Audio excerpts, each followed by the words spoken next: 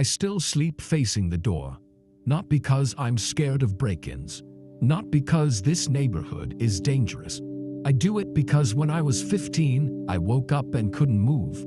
Something was already in my room, standing between me and the only exit. I couldn't scream. I couldn't lift a finger. I couldn't even shut my eyes. My chest barely moved, but I heard it breathe, slow, wet, right in front of me. And when it finally shifted, it didn't step away. It stepped closer. My bedroom now is ordinary. A queen bed pushed against the left wall. A narrow hallway beyond the door. A dresser beneath the window. I kept the door closed but never locked. It must stay within my line of sight. Even when I roll over in the night, some part of me adjusts so that when I wake, my eyes fall naturally toward that frame. I tell people it's habit. That isn't the truth. The first time it happened, I thought I was dying. I woke in the dark and the air felt thick, like the room had been sealed while I slept. My chest wouldn't rise properly. My arms lay stiff at my sides, heavy as if someone had poured wet cement into my veins. I tried to lift a finger, and nothing responded. Panic arrived slowly, not with a scream but in a rising pressure behind my ribs. What frightened me most wasn't paralysis. It was the certainty that I wasn't alone. The house was quiet. No television downstairs. No footsteps in the hallway. My parents' door was closed at the end of it, just beyond my view. Yet something had changed in the shape of the room. The darkness felt occupied. The air carried a faint shift, like fabric brushing against fabric. I couldn't turn my head, but my eyes could move. They dragged themselves inch by inch across the ceiling, then toward the door. It was shut. I remember that clearly. The handle didn't move. The hinges didn't creak. But something between me and that door had adjusted its position. That was the first night I understood that paralysis isn't always the worst part. Sometimes the worst part is what moves while you can. The first time I couldn't move, I had fallen asleep on top of my blanket. It was late August, still warm enough that the air conditioner hummed softly in the window. I remember staring at the faint red glow of my digital clock before drifting off, thinking about school starting soon and nothing more serious than whether I'd finished my summer reading. When I opened my eyes again, the room was darker. The air conditioner had shut off. The silence felt unnatural, like the pause between someone inhaling and exhaling. I tried to roll onto my side and couldn't. My body refused the command. My arms were pinned flat against the mattress, my legs rigid and unresponsive, as if they belonged to someone else. At first, I assumed I was still dreaming. I told myself to blink, to jerk, to force any kind of motion that would snap me away. My eyes obeyed, but nothing else did. A strange vibration filled my ears, low and electrical, like a distant power line buzzing through the walls. The sound grew louder the harder I tried to move. My chest tightened next, not painfully, but deliberately. Each breath felt shallow, as though something invisible pressed gently down, measuring how much air I was allowed to take. I focused on the ceiling fan above me, though it wasn't moving. The blades were still. Everything in the room was still. Everything except the feeling that something had shifted near the closet. The closet door was always closed before I slept. I was particular about that, even then. I didn't like seeing the thin line of darkness between the door and its frame. That night, from the corner of my eye, I noticed the line looked wider. Not dramatically, just enough that it no longer matched my memory. I tried to turn my head to confirm it, but my neck would not respond. My gaze strained sideways, inch by inch, until the edge of the closet came into view. The door wasn't fully open. It was barely cracked, and yet I was certain it hadn't been that way when I fell asleep. The buzzing in my ears deepened. The pressure on my chest remained steady, and from that narrow slit of darkness, I had the unmistakable impression that something inside the closet had become aware that I was watching it. For years, I tried to convince myself it had been a dream layered over waking. That explanation is comfortable. Doctors use it. Articles online repeat it. Your brain wakes before your body does. Hallucinations fill in the gap. It's normal. It's harmless. None of that comfort lasted very long. What made it different was consistency. The paralysis didn't happen once and fade into memory. It returned. Not every night, not even every month, but often enough that I began to recognize the early signs. The air would thicken first, then the low electrical hum would start behind my ears. My body would go heavy in stages, like someone dimming switches in sequence. By the time I understood what was happening, it was already too late. And every time, something in the room had changed position. The second episode happened 3 weeks after the first. I woke on my back again, eyes open, breath shallow. The closet door was wider than before. Not wide enough to expose shelves or hanging clothes, just enough that the dark inside seemed deeper. I couldn't see movement, but I could feel it. A shift in weight, a presence leaning forward without making a sound. I remember focusing on a single detail, the line where the closet door met the frame. I memorized it, the shape, the angle. I promised myself that if I ever moved again, I would check it immediately. When control returned, slowly, painfully, like blood creeping back into numb limbs, I bolted upright. My heart pounded so violently I thought it might bruise my ribs. The closet door was shut, completely shut, not cracked, not misaligned, closed the way I always left it. That was the moment something changed inside me. If it had been a dream, there would have been continuity. There would have been logic. Instead, there was absence. A missing step between what I saw and what existed afterward. After the third episode, I made a rule. When paralysis comes, you do not close your eyes. You do not pretend. You watch. Because if something is moving in your room while you cannot, the last thing you should ever do is look away. By the time I moved into the college apartment, I had convinced myself the paralysis belonged to my childhood bedroom. Old houses make noise. Old houses settle.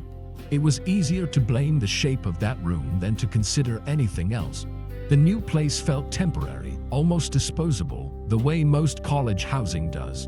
Beige carpet, off-white walls, a third-floor unit at the end of a narrow outdoor walkway that overlooked a cracked parking lot and a dying oak tree.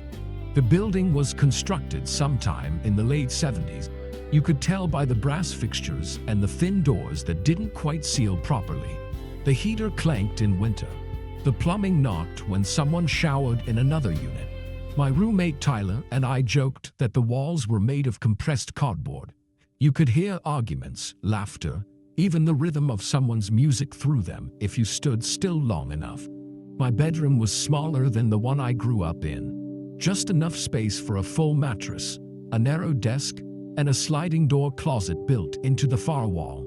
The closet doors were thin and slightly bowed in the middle. They never lined up perfectly. One always overlapped the other by half an inch, leaving a thin vertical shadow where they met. I noticed that shadow the first morning after I moved in. It was subtle. The right panel sat slightly farther back than I remembered closing it the night before. Not open, not obviously disturbed, just imperfect in a way that made me pause for half a second before brushing it off. I assumed the tracks were uneven. Old hardware does that. Gravity settles things overnight. College life moved quickly enough that I didn't dwell on it. Classes started. Schedules filled. Tyler stayed up late playing video games in the living room, the blue glow flickering beneath my door until 2 or 3 in the morning. I developed my own routine. Door close, closet doors aligned as best I could manage, phone charging on the nightstand, alarm set, lights out. The third floor height made the place feel safer. No easy access from outside. No tree branches brushing against windows. The only sounds at night came from within the building. Footsteps along the walkway, a distant cough, the mechanical sigh of someone's dryer finishing a cycle downstairs. Ordinary sounds, predictable sounds. That predictability mattered to me. For the first few weeks, the paralysis didn't return. I slept deeply, heavily, the kind of sleep that leaves you disoriented in the morning because you don't remember dreaming at all. I started to think I had outgrown whatever phase had haunted my teenage years. Stress maybe, hormones, an overactive imagination amplified by internet forums I should never have read.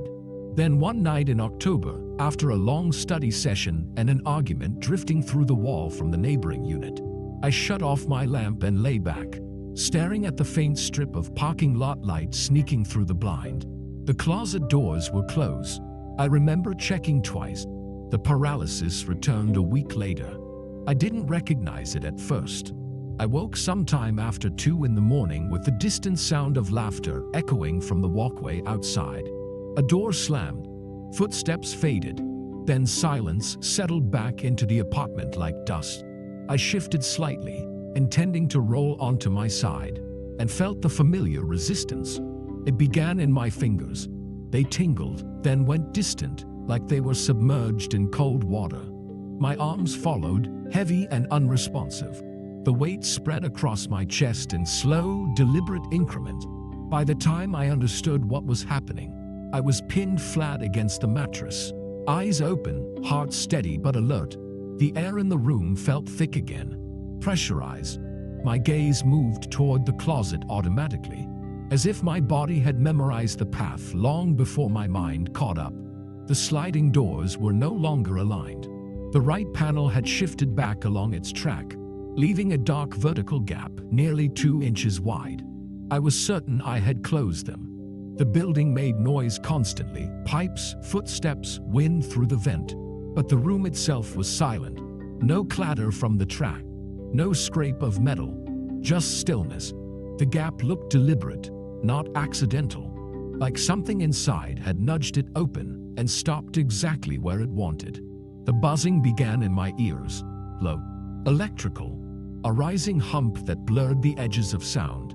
I tried to focus on the desk chair in the corner, on the edge of my bookshelf, on anything that wasn't that opening.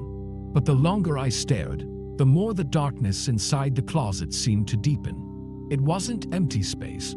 It had texture, density, as though it was layered over something solid that wasn't yet fully visible.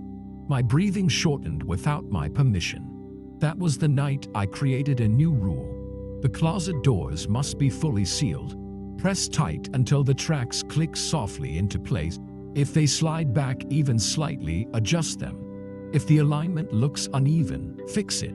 Because when paralysis comes, the closet should not already be open. And if it is, you need to know that it wasn't you. The third episode in that apartment began before I even opened my eyes. I felt it first. A change in the air pressure, subtle but unmistakable, like the moment before a storm break. The heater had been running earlier, clicking and clanking in its usual rhythm.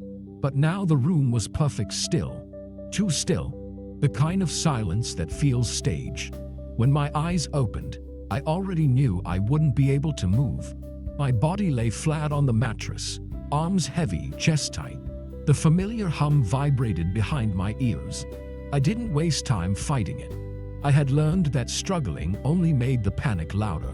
Instead, I shifted my focus slowly toward the closet. The right panel was open nearly halfway. Not inches, not misaligned. Open. The gap exposed a slice of darkness so completely it seemed to swallow the faint light from the parking lot outside. I could see the edge of a hanging shirt, motionless, and the corner of a storage box on the top shelf. Everything looked ordinary, except the space between those objects felt occupied. I stared at that opening until my eyes watered. The hum in my ears deepened, and the pressure on my chest increased just slightly, enough to remind me that I was not in control. Then something inside the closet shifted. It wasn't dramatic. There was no sudden lunge or loud scrape of wood against track. The darkness inside rearranged itself. That is the only way I can describe it. A portion of it separated from the rest and moved forward. At first, it remained within the frame of the closet, a vertical distortion in the black space, taller than hanging clothes, narrow at the top, broader through the shoulders. It did not reflect light, it absorbed it. I told myself it was my brain filling in shadows. But then it leaned. The movement was slow and precise. like someone testing their balance after standing too long in one place. The right panel of the closet door slid another inch along its track without a sound. The opening widened. My breathing turned shallow and quick, though I had no control over it. The weight on my chest felt deliberate now, calibrated. The shape stepped forward, not in a stride the way a person would move, but in a glide that suggested legs without showing them. It crossed the threshold of the closet and entered the room. The difference between inside and outside that frame should have changed something. Light, perspective, depth. It didn't. The figure remained an absence shaped like a body. It stopped halfway between the closet and my bed. From that distance, I could sense its height relative to the ceiling. Its head nearly reached the top edge of the door frame behind it. Its arms hung too low. The proportions were wrong, subtly wrong, stretched just beyond what a human body would allow. It tilted slightly toward me. I tried to scream. Nothing came out. The hum in my ears intensified until it felt like my skull might split. My vision pulsed at the edges, narrowing as if I were about to black out. Still, I could see it, standing there, motionless, as though waiting for something. Waiting for me to do something. My eyes flicked toward the door to the hallway. Closed, unmoving. No sound from Tyler in the living room. The entire apartment existed in a vacuum around this single, impossible presence. Then it moved again. One slow shift forward, closing the distance by less than a foot. That was enough. The weight on my chest vanished instantly. The hum cut off mid-vibration. Air rushed back into my lungs in a ragged gasp as control slammed into my limbs all at once. I bolted upright. The room was empty. The closet doors were shut, completely shut. I didn't sleep the rest of that night. I sat upright against the wall with the lamp on, staring at the closet doors until dawn thinned the darkness into something manageable. By morning, exhaustion had replaced fear with a dull, embarrassed rationality. Stress, I told myself. Overwork. A half-dream stitched into waking. Tyler mentioned I looked like hell over breakfast, and I laughed it off. For 3 nights, nothing happened. Then the 4th night came. I woke up at my side this time, facing the closet directly. The paralysis was immediate. No gradual numbness. No warning tingling in my fingers. Just stillness. Total and absolute. The room was darker than usual. The parking lot light outside had burned out earlier that week, leaving the blinds to frame a deeper, unbroken black. I could barely make out the outline of my desk, but I could see the closet. The right panel was open again. Not halfway, not wide, just enough to reveal that same vertical slice of darkness. It looked deliberate, measured. The hum began in my ears, low and steady. I focused on the line where the door met the track, telling myself to memorize it, to anchor to something physical. The air felt cooler than it should have been. My breath moved shallowly in and out, barely stirring the silence. Then I heard it, a soft metallic slide. The right panel shifted another inch along its track. There was no visible hand, no shadow pressing against it. Just the sound of movement and the slow widening of the opening. I could see deeper into the closet now. The hanging shirts swayed slightly, though there was no draft. The darkness behind them seemed thicker, layered. The door slid again. Another inch. The sound was controlled, careful, like whoever, or whatever, was moving it understood that sudden noise might draw attention. My heart hammered against the pressure on my chest. I tried to call Tyler's name, but my mouth wouldn't open. The paralysis held firm, unyielding. The opening widened until the entire right half of the closet was exposed. And from within that darkness, the shape stepped forward once more. Closer this time, not stopping halfway across the room, not waiting near the wall. It moved until it stood at the edge of my bed. From that distance, I could sense its height looming above me. Its outline absorbed what little light the room offered. I could not see a face, but I felt something angled downward toward mine. The mattress dipped slightly near my feet. A faint shift in weight, subtle, controlled. The hum in my ears deepened into something almost like a vibration inside my skull. The pressure on my chest increased, compressing my lungs just enough to remind me how fragile breathing is. The shape did not rush. It did not strike. It simply stood there, occupying space that should have been empty. And then, slowly, it leaned closer. The air above me cooled by a fraction. The faintest hint of movement brushed across my forehead, like displaced air. The pressure vanished without warning. The hum snapped off. I gasped and lurched upward, scrambling backward until my shoulders hit the wall. The closet doors were shut again, perfectly aligned. The mattress lay flat. The room was silent, but I could still feel where it had been standing. At the foot of my bed, closer than before.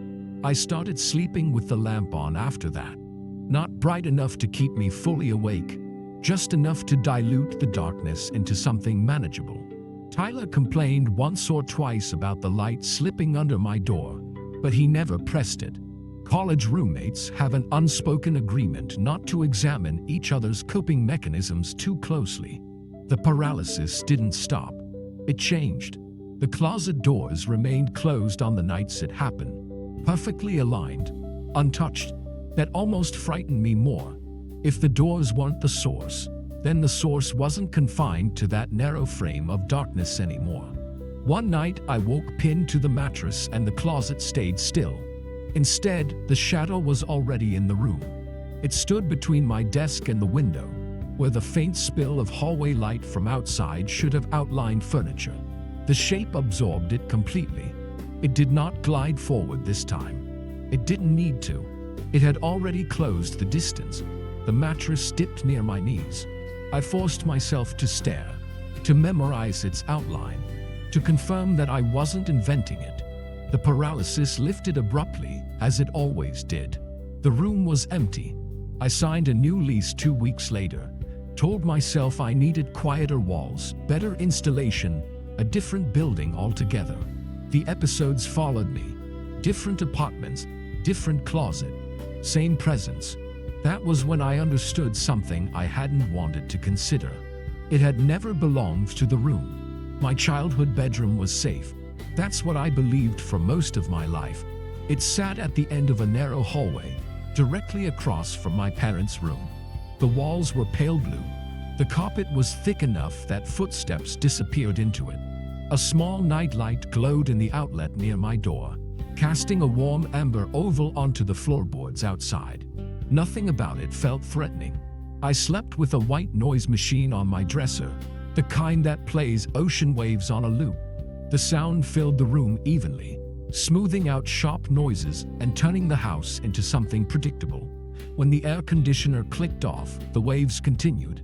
When the pipes shifted in the walls, the waves covered it. Predictability mattered to me, even then. My bed sat against the far wall beneath the window. The blinds were always tilted downwards so that no one could see in from outside. I checked them every night before climbing under the covers. Door closed, blinds angled, white noise humming softly. I didn't know what sleep paralysis was when it first happened.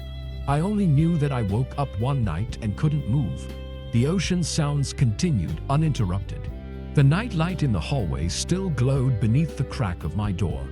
Everything looked exactly the way it should, except something was standing beside my bed. I didn't see it clearly at first.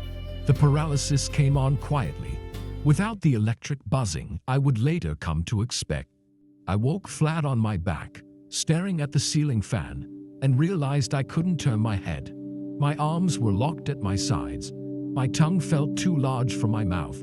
I tried to swallow and couldn't. The white noise machine continued with its artificial waves, steady and indifferent. That was when I noticed the shift in the mattress. It wasn't dramatic, just a subtle dip near my left shoulder, as if someone had leaned their weight onto the edge of the bed.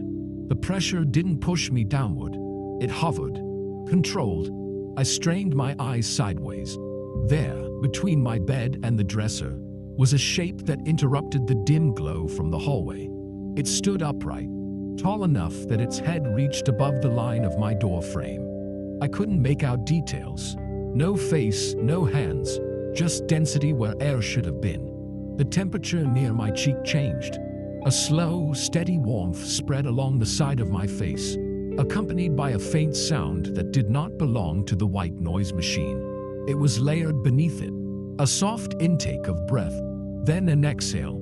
Too slow to be mine. The mattress dipped again. The shape leaned closer. The second time it happened, I was waiting for it. Not consciously. I didn't go to bed expecting paralysis, but something in me had adjusted. I slept lighter. My body stayed tense beneath the blankets, as if bracing for impact. I woke sometime after midnight, eyes open, unable to move. The ocean sounds from the white noise machine flowed steadily across the room, unchanged. The hallway nightlight still glowed beneath the door. Everything looked safe. The space beside my bed was empty. For half a second, relief spread through me. Then the breathing started from the opposite side, near the window. It was faint at first, barely distinguishable from the mechanical hush of artificial wave, but it carried rhythm, intention, a slow inhale that seemed to pull the air away from me, followed by a careful exhale that warmed the dark. The mattress did not dip this time. Instead, something shifted near the blinds. I couldn't see movement clearly, but the thin slats trembled as though disturbed by a body passing too close. No wind came through the glass. The window was locked. The breathing changed position again. Closer. I felt it move around the bed. The air near my feet cooled slightly, then warmed again near my shoulder. It was circling, mapping the room in silence, learning the distance between dresser and door, between window and mattress. The white noise machine continued playing its artificial surf, useless and constant. A realization settled into me with cold precision. It wasn't confined to one side of the bed. It knew the layout. It knew where I was. The night it touched the blanket, I had left my door slightly open. I don't remember why. Maybe I wanted more light from the hallway. Maybe I was tired of pretending the room was sealed and safe. The nightlight cast a narrow wedge of gold across the carpet, stopping just short of my bed. When I woke, I was already trapped. The paralysis held me flat and unyielding. The white noise machine hummed its artificial waves, steady and detached from what was happening inches away. My eyes fixed on the ceiling, then strained sideways toward the door. The hallway was empty. The breathing came from below my line of sight, not beside the bed, not near the window, lower, near my feet. The mattress did not dip this time. Instead, the blanket shifted. At first, it was subtly tightening across my ankles, like fabric snagging on something. Then a slow, deliberate pull downward. Not a yank, not frantic, just steady pressure drawing the blanket toward the edge of the mattress. My toes were exposed first. The air felt cooler against them. The pull continued, inch by inch, revealing more of my legs. I tried to scream for my parents. Nothing moved. The blanket tightened again, then tugged harder. The fabric scraped faintly across the sheets beneath me. I could feel it bunching near my calves, controlled by something outside my field of vision. The breathing deepened. It was closer to my knees now. The hallway light flickered once, briefly dimming, then returned to normal. The white noise machine never faltered. The artificial waves kept rolling in, calm and indifferent, as though this were an ordinary night. The blanket slid farther, exposing my thighs. Then it stopped. For a moment, everything was perfect still. The pressure held firm on the fabric, as if whatever gripped it was considering its next movement. I felt the slightest brush against my shin. Not claws, not fingers, just contact. The paralysis snapped without warning. Air rushed into my lungs. My arms flew upward instinctively, grabbing at the blanket and yanking it back over my legs. I scrambled upright, heart hammering against my ribs. The door was still slightly open. The hallway light glowed steadily. The blanket hung unevenly near the foot of the bed, stretched tighter than it should have been. My parents slept undisturbed down the hall, and I understood, with a clarity that felt heavier than fear, that whatever stood beside my bed had finally decided to touch something I could feel. After that night, I stopped pretending it was harmless. I dragged my pillow and blanket into the spare bedroom at the end of the hall the very next evening. I told my parents I wanted a change, that I liked how the window faced the street instead of the backyard. They didn't question it. Children rearrange themselves all the time for reasons adults don't investigate. The spare room was smaller. The bed sat against two walls instead of one. There was no white noise machine, no dresser full of familiar clutter. The door closed flush against the frame, leaving no visible crack in hallway light. It felt different, neutral. The first night, nothing happened. The second night, I slept straight through until morning. The third night, I woke briefly around 3, heart racing for no clear reason, but my body moved when I told it to. I turned onto my side. I pulled the blanket tighter. I breathed. The paralysis didn't return in that room. Weeks have passed, then months. I eventually moved back into my original bedroom without thinking too much about it. The white noise machine resumed its steady artificial surf. The blinds stayed angled downward. The door stayed closed. The episodes didn't resume immediately. But the relief never fully settled either, because even when nothing happened, I found myself listening between the waves of artificial ocean sound, waiting for breathing that wasn't mine, waiting to see if it had followed, or if it had simply been patient. The third story didn't happen in a suburban neighborhood or a crowded apartment complex. It happened in a house surrounded by open land, where silence felt wider and darker than it should have been. I had just turned 22 when I moved into that place. It sat at the edge of a gravel road that branched off the highway and stretched into farmland. The nearest neighbor was a quarter-mile away, hidden behind a line of trees. At night, there were no passing cars, no distant conversations, no television glow bleeding through walls, just wind across grass and the faint chorus of insects. The bedroom was larger than any I'd had before. One window faced east toward a field that ran uninterrupted until it met the horizon. On clear nights, the sky spilled in through that glass in a wash of stars. I kept the curtains open because I liked the sense of space. It made the room feel less confined. The bed sat parallel to the window. The door stood directly across from it.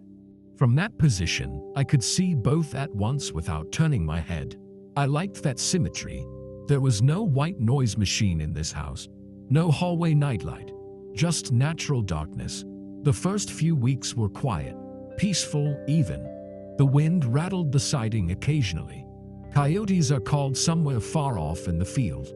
But the room itself felt empty in a clean, uncomplicated way. Until the night I woke and couldn't move. The paralysis arrived like it always did, sudden and absolute. My body locked flat against the mattress. My lungs worked in shallow increments. The air in the room felt dense, as though the darkness had thickened. I kept my eyes fixed on the window. It was closed. I remember that clearly. And something passed in front of it. The window was closed. I had locked it myself before going to bed. I remember pressing my thumb against the latch, hearing it clicks into place. There was no breeze that night, no storm rolling through, nothing that would have pushed against the glass hard enough to create movement. And yet the starlight vanished. At first, I thought a cloud had passed overhead. The stars outside dimmed slightly, their brightness interrupted. But clouds move softly, gradually. This was different. The darkness crossed the window in a deliberate line, blocking out the sky in a vertical shape that did not match the angle of the trees or the sway of tall grass. It moved too slowly to be wind-blown debris, too upright to be an animal. I couldn't turn my head, but my eyes tracked it as far as they could. The silhouette paused directly in front of the glass. From my angle, I could only see the upper half of it, tall, narrow at the top, broader through the shoulders. It seemed to lean slightly toward the house. The air inside the room changed. Not colder, not warmer, heavier. The paralysis held me still as the shape shifted. The darkness outside pressed closer, fattening against the glass as though testing it. I saw no face, no features, only the interruption of starlight where something solid stood. Then it moved again, not sideways, forward. The shape thinned and slipped from view, as though it had stepped out of the frame of the window entirely. The starlight returned. The field outside looked empty, but the pressure in the room remained. The pressure didn't fade when the starlight returned. It deepened. The paralysis locked my body flat against the mattress, arms heavy, fingers numb. My eyes strained toward the door across from the bed. It was closed just as I'd left it. The handle didn't turn. The hinges didn't shift, but something had entered the room. I didn't see it cross the floor. I felt the change in distance. The air near my feet cooled slightly, as though something tall had interrupted the space between me and the door. My line of sight was limited, fixed straight ahead, but the darkness between the bed and the door thickened. It wasn't shadow in the normal sense. It had volume. The silence in the house was absolute. No wind against the siding. No insects. Even the faint hum of electricity through the walls seemed to pause. Then I heard it. Not footsteps exactly. A soft displacement of weight against the wooden floor. A subtle, uneven rhythm. Too light to be boot. Too measured to be pause. It stopped directly between my bed and the door, blocking the only exit. I couldn't see its face, but I sensed the angle of its posture. It stood upright, shoulders broad enough to eclipse part of the doorframe behind it. The proportions were wrong again. Arms hanging slightly lower than they should, head tilted forward in a way that suggested curiosity rather than aggression. It did not rush me. It did not lunge. It simply stood there, occupying the space that had been empty seconds before. The air grew heavier near my chest, pressing down just enough to remind me how fragile breathing is when it isn't voluntary. My lungs moved shallowly. My heartbeat thudded loudly in my ears. The shape shifted forward. One slow step, not enough to touch the bed, just enough to close the distance. It leaned, and for the first time in any of these episodes, I felt something like attention. Focus, deliberate, waiting. The moment control returned, it did so violently. Air tore into my lungs in a ragged inhale, and my arms snapped upward as if released from restraints. I lurched sideways, scrambling toward the empty half of the bed, eyes locked on the space in front of the door. Nothing stood there. The door was closed exactly as it had been. The handle sat still. The faint line where it met the frame was undisturbed. I kicked free of the blanket and stumbled to my feet, legs unsteady but obedient now. The window was still locked. I crossed the room in 3 quick steps and pressed my palm against the glass. Cold, solid, no cracks, no sign that anything had touched it from outside. The field beyond lay quiet beneath the stars, grass unmoving. My chest still felt compressed, as if the memory of pressure lingered even without weight. I turned slowly, scanning the room. The space between the bed and the door looked ordinary again. Empty, open, but it no longer felt neutral, because I had watched something block that exit. I had felt it stand there, and when paralysis loosened its grip, there had been no sound of retreat, no footsteps leaving, no door opening, only absence, which meant whatever had crossed that window had not needed to leave the way it came in. That is the rule I follow now, the one that stayed with me longer than any address or bedroom layout. I keep some kind of noise always running. A fan, a low podcast, even static from a radio tuned between stations. It doesn't matter what the sound is, only that it exists. Silence leaves too much room for things to rearrange themselves. My bed is always positioned so I can see the door. If that isn't possible, I don't stay in the room. Mirrors are either covered or angled away from the bed. Closets are shut firmly, not just pulled closed but pressed until I feel resistance in the frame. Windows are locked and checked twice, not because I think someone will break in, because I have learned that barriers matter, even if they are symbolic. I still experience sleep paralysis occasionally. It hasn't vanished. It never truly does. The buzzing returns sometimes. The weight settles across my chest. But when it happens now, I don't panic immediately. I scan the room. I look forward to movement. Most nights there is none. Just darkness. Just the shape of furniture and the steady reassurance of sound filling the air. And when control comes back, I roll onto my side and force myself to breathe slowly until sleep takes me again. But there are nights, rare, spaced months apart, when something shifts at the edge of the room. Not dramatic, not obvious, just enough to remind me why I keep the noise on. Why do I never sleep facing away from the door? And why I will never assume paralysis explains everything. I don't close my eyes anymore, and something moves in silence in a dark room is not always empty. Don't close your eyes. I know the instinct. You'll want to shut them tight and pretend it's only a dream. That if you refuse to look, whatever your mind is inventing will dissolve. That works sometimes. Your brain fills in shadows and then retracts them when control returns. But if something moves, truly moves, while you are frozen, you need to see it. You need to know whether the door is still closed, whether the window is still locked, whether the space between your bed and the wall is still empty. Because paralysis can explain pressure. It can explain hallucinated figures and imagined sounds. It cannot explain displacement. It cannot explain a blanket that shifts or blinds that tremble or a silhouette that blocks starlight from outside a closed window. When it happens, focus on something fixed in the room. Memorize its position, the angle of the door, the alignment of the closet panels, the shadow cast by the dresser. And when movement returns to your body, check if everything is exactly as it should be. Breathe. But if something has changed, if even a small detail sits out of place, remember that you were awake when you saw it move. And silence in a dark room is not always empty.